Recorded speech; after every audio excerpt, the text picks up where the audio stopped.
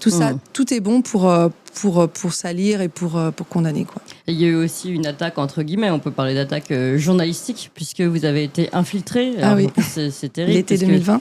Oui, pendant de nombreux mois, en fait, on vous a suivi pour ensuite, sans que vous vous en rendiez compte, pour ensuite vous présenter comme une dangereuse complotiste. C'est ça. Et c'est le média AD News qui a présenté cette enquête d'infiltration. C'est une enquête fallacieuse, puisqu'elle est pleine de mensonges et d'inexactitudes, et elle est très orientée. Et ça vous a énormément marqué, évidemment, dans votre parcours aussi, cette infiltration. Parce qu'en plus, une infiltration, c'est-à-dire c'est quelqu'un que vous connaissiez, qui était à côté de vous, et puis d'un seul coup, qui se révèle être quelqu'un qui prenait des notes dans votre dos. Qui a menti sur les réseaux sociaux, qui a transformé ses profils de Twitter et réseaux sociaux pour apparaître comme quelqu'un, comme un journaliste déçu des médias mainstream, qui travaillait pour les médias mainstream et qui voulait aider aussi Agora TV, et qui s'est révélé au bout de 2 mois être un traître, et qui a été invité d'ailleurs aux côtés de la CICAD. Donc on se demande à quel point il y a une collaboration avec le même organisme qui a cherché à me